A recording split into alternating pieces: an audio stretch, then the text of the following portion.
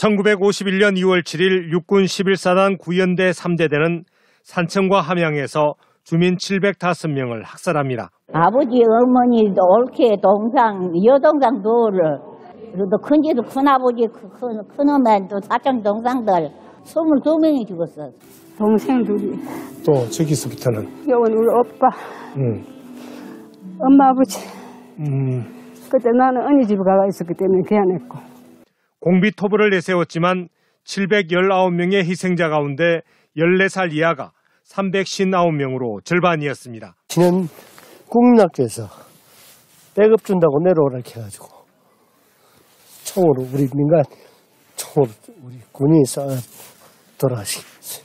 국가에서 안 해줄 명분은 없으니까 이번에는 국회 임기 내에 꼭 통과되었으면 하는 바람입니다. 경남 산청함양 거창 합천의 국민의힘 신성범 의원입니다. 제가 대표 발의한 거창 사건 등 관련자의 명예회복에 관한 특별조치법 전부 개정 법률안에 대해 제안 설명을 드리게 된 것을 뜻깊게 생각합니다.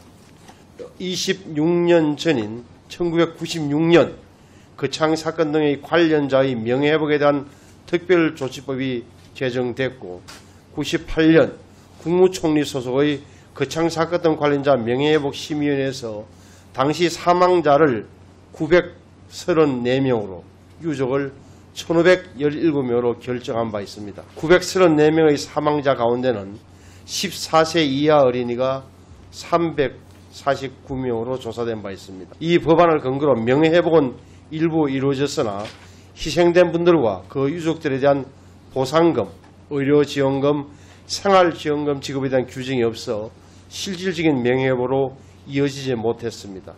그동안 17대 국회에서부터 배상 내지 보상 법안이 여러 차례 논의됐지만 한 번은 당시 대통령 권한대행의 거부권 행사로 그 후로는 정부의 반대로 법안이 결국은 폐기되는 역사를 가져왔습니다. 반면 제주 4.3 사건 생존 희생자와 유족에 따른 보상법은 2021년에 통과되어 내년부터 2026년부터 그 다음에부터 보상이 시작됐고 현재 보상이 이미 마무리되고 있습니다. 거창 사건 등은 국가폭력에 의해 무고한 양민이 희생당한 사건이고 특히 당시 전시군법회의에서 정부의 불법임이 입증된 사건임에도 불구하고 국가 보상이 제대로 이루어지지 못했습니다. 이에 거창 사건 등과 관련해 사망하거나 행방불명되는 자 및 상해를 입은 자와 그 유족에 대한 지원을 위한 국가의 보상금 지급을 위하여 거창 사건 등 관련자의 명예회복에 관한 특별조치법을 전부 개정하려고 하는 것입니다.